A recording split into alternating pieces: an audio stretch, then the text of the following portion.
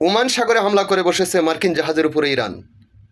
একে একে 3 দিন চলে যাচ্ছে, এই পর্যন্ত যুক্তরাষ্ট্র থেকে কোনো বিবৃতি আসতেছে না, হামলাও করতে সাহস পাচ্ছে না। কারণ ইরানের শুধুমাত্র কেশন দ্বীপে একটা হামলার পরে 3 জায়গায় ইরান হামলা চালাইছে, বুঝিয়ে দিয়েছে যদি একটা দাঁত তুলে ফেলো তাহলে 2টা চোখ উঠাইয়া ফেলাইব। বাঘের ঘরে বাঘের জন্ম, এটাই হলো মুসলিমদের নীতি, মুসলিমের আদর্শ এটাই। কিন্তু বড় আফসোস, আমাদের মধ্যে কিছু কানখাড়া মুসলমান আছি বলি শিয়ারা মুসলমানই না, অথচ শিয়াদের মুসলিমের যে হিসাবটা, এটা যদি ইতিহাস আপনারা জানেন আপনারা অবাক হয়ে যাবেন যে তাদের ইমানি শক্তি কতটা দৃঢ়।